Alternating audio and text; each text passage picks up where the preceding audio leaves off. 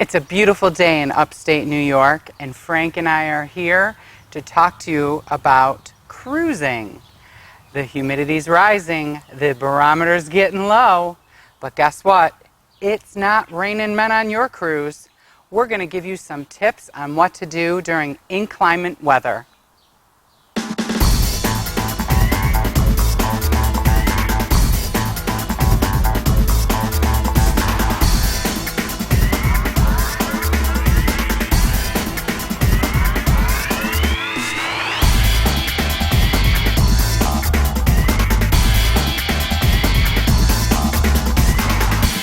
That's right. Like I said, it's a beautiful day in upstate New York, and it's been great weather for the past couple of days.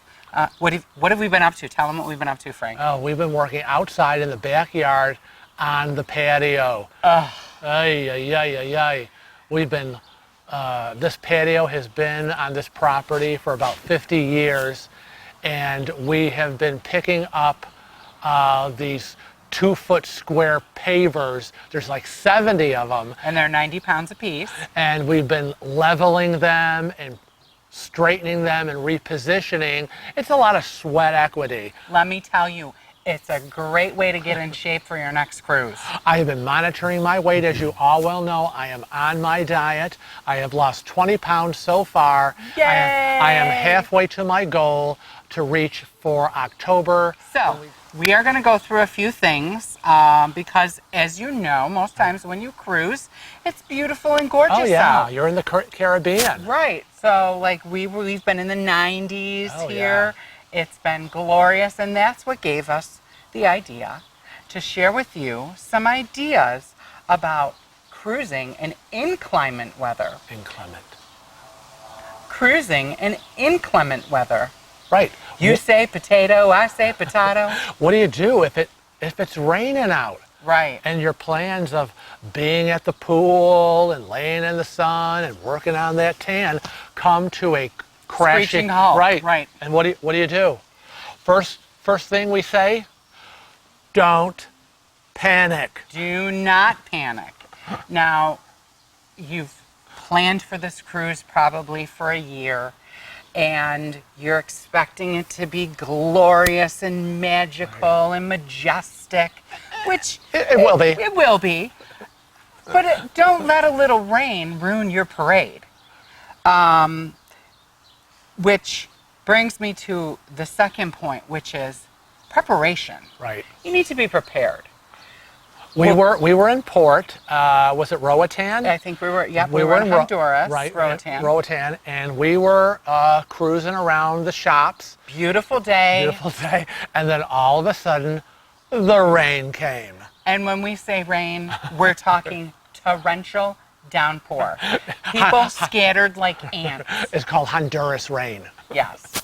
It was very refreshing, but we found it a little odd. We were the only people that were prepared for such an occasion. Because we, in our preparation, in Frank's checklist, we packed rain ponchos.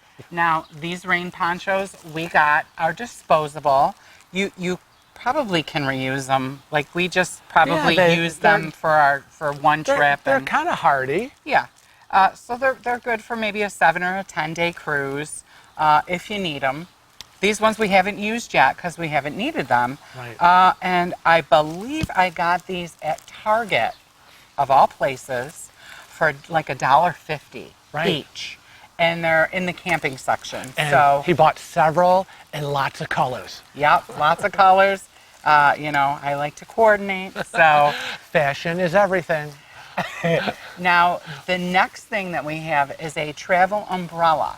So this particular travel umbrella I have had for probably 15, 20 years. I got this when I was going to go to Europe. It's very flat, very, very lightweight. Very compact and easy to put in your luggage. Kevin carries it when we're in port in his backpack. Yep. So, and a lot of people think that an umbrella is going to be big and cumbersome, and I'm telling you, when this is in my backpack, I don't even know it's there. It goes in a little pouch, and, It's Okay, important. I know. I mean, you're not in the UK. You're not carrying out that giant stick umbrella. Right, right. It's So- a compact little travel. Invest in a good little compact one. This, 20 years ago, I believe was $25, but you only have to buy it once. And for the rare occasion when you need it, Right. it is worth every penny. Just nothing worse than walking around in wet clothing.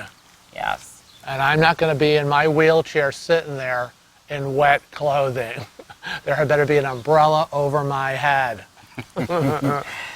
So the next thing is what? What's the next thing? Next thing is, Oh, if you're on the ship, you know, let's say you came running back and you're like, oh my gosh, it's raining out. What? So much for being in port on the beach. So much for, you know, going through the shops. Let's just call it a day. You know, go take advantage of the cruise ship's library and game room. now I know you all have walked by that room. Right. You might have peeked in it or you walked right on by. Right. The library is going to be your best Right. friend on a cruise ship when it's pouring rain outside and there's nothing to do. Right. You probably walked by and you went, what is this? Why are all those books in that room? It's a library. And most of the ships will have in there very current novels and magazines, periodicals. And then all the games, you want to play Monopoly. There was a bee. Your kids want to play Chutes and Ladders or, you know, Yes. whatever else. There's an assortment of board games. That's the next thing I was going to say. We've been on ships where they have these amazing assortments of games. But what Frank and I do Oh, right. is we have on our travel checklist, which is available on our Facebook webpage in the photo section, is a deck of cards. Right. Actually, we bring 2 decks of playing cards in case we play a game that requires 2 decks. Correct. Or maybe we meet another couple where we're playing cards with someone else, or maybe Yep. we're just being friendly and we're loaning out our second deck. Now, I will advise you that if you forgot to bring your cards, in most instances, you can get a deck of cards for free at guest services. However, a lot of people over the years have been taking advantage of that and using it as souvenirs and really taking over advantage. No, It's like taking too much advantage. It's like of it. stealing the towels and toilet tissues out of your Right. hotel room. So many of the cruise ships now will only sell you the decks of cards, but they're relatively inexpensive, and then you have a souvenir. Right. The next thing on our list is most of the cruise ships have movies going on during the course of the day. Yes, and some of the cruise ships I have seen have the movies you can get on the television, but some of them also you can rent DVDs on some of the ships. Oh, Did you wow. know that? No, I did not know. Some of the ships that have like us on suite levels and mini suite levels have DVD players now in the cabins, and you Wow. can rent a movie. Right. Well, borrow a movie from, guess where? The library. Right. Or maybe those of you who are not in a suite or an upper level room, cabin, a lot of people bring their own portable DVD players. We each have one of our own. Before we met, we had gotten it, and they're very small, and a lot of people bring them if they're traveling to the cruise ship in their car for their kids to watch a movie, or, you know, on a plane or whatever. So yeah, bring your own. Yep, and some of the ships TVs now, the ships have been doing a great job of changing over the televisions from the, I don't know what they were called, the big tube TVs, Oh, to Lord. now all the LCDs. Yeah. And most of the LCD TVs have the inputs on the side or on the back that you can access to use the line out feature of your portable DVD player so that you can actually see it on your TV in your cabin instead of this little thing, you know. 4 people huddled together. Right. The next thing on our list is listen for special announcement over the ship's PA system, because, you know, the ship is prepared for bad weather, and they want to keep the guests happy and occupied. And what happens when guests are happy and occupied? They eat more, they drink more, they have a good time, and they tell all their friends about their wonderful cruise experience. Right. And they say, even when it was raining, we had a great time. We were on the NCL Gem, as you all know, and I was quite sick the first 2 days because of the inclement weather. Yeah. But It would be a major making, storm in the Atlantic for 2 days. They were making constant announcements about things going on, a party that they had pulled together in one of the lounges. They had There's music and singing. extra music. Right. They had extra karaoke's going on. Bingo games, trivia contests. And that brings us to the next thing. There are bingo. You're going to have trivia, Right. and they're going to boost that Right. and have extra It's a ones. regular part of your itinerary if you read your daily bulletin, but in inclement weather, In inclement weather, you really need to listen to Yeah. the announcements because the activities will be changing. right, Because a lot of the activities that they have planned in your Princess Patters, your Carnival Fun Times, your NCL Freestyle, those have already been pre-printed Right. for your cruise. So and they pull out of their bag of tricks, you know, what to do when there's bad weather to keep the guests happy. So listen Right. to those announcements.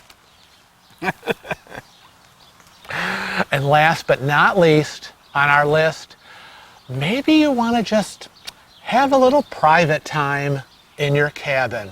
You know, you don't always have to be running around the ship or playing bingo Take a or nap. whatever. You know, reconnect. You know, like Little canoodling.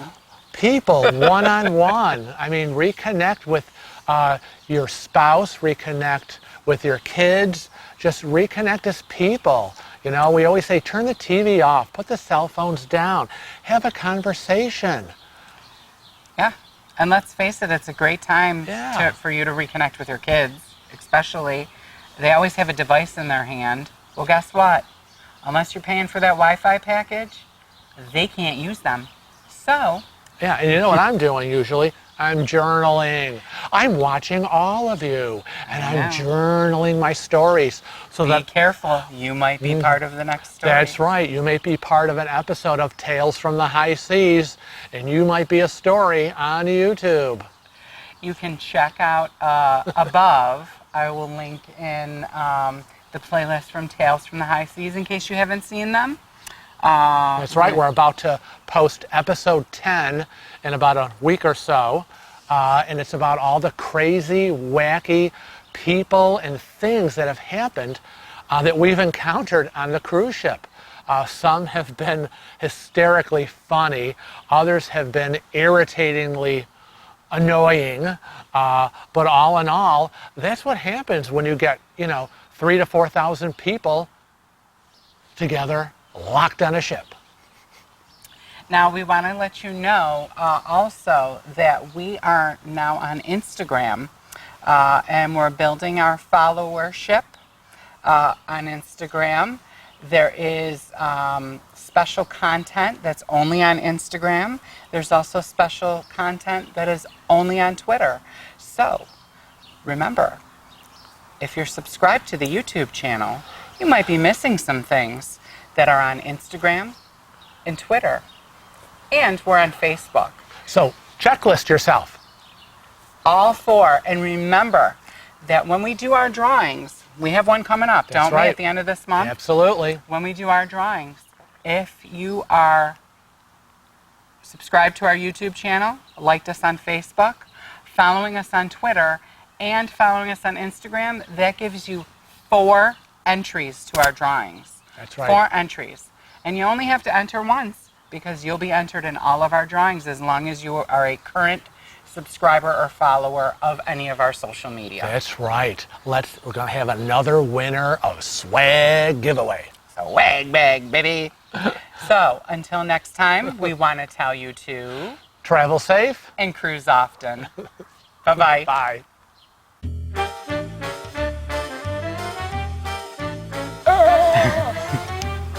I forgot. I farted. It tickled. My butt cheeks giggled.